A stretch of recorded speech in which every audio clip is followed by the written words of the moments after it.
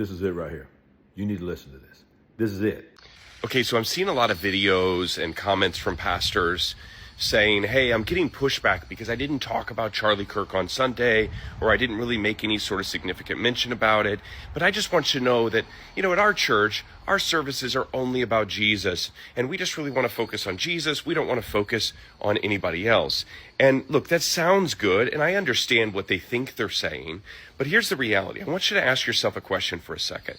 Do you think that the early church in the book of Acts talked about Stephen after he was stoned to death?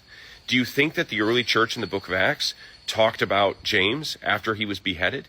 Do you think that the second century church talked about people like Polycarp after they were burned at the stake and then had a spear thrust through their side to kill them? Do you think that those groups talked about the martyrs that they experienced, that were among them, that were in their midst, that gave their lives for the sake of the gospel?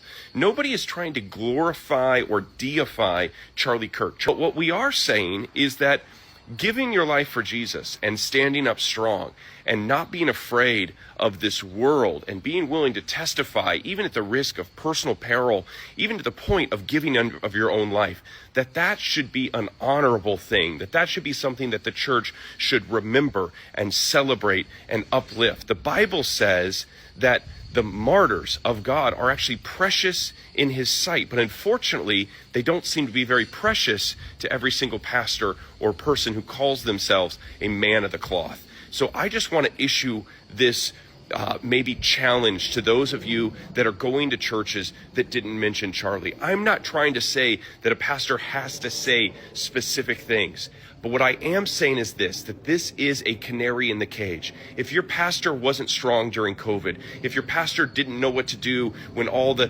technocratic policies were being forced on the American people, they didn't really know how to address that. If they were silent with the overturning of Roe, if they were silent in the face of kind of this rainbow cult that we have seen, and now they're silent at the assassination of Charlie Kirk, I'm just going to go on a limb here and say maybe you're in the wrong church.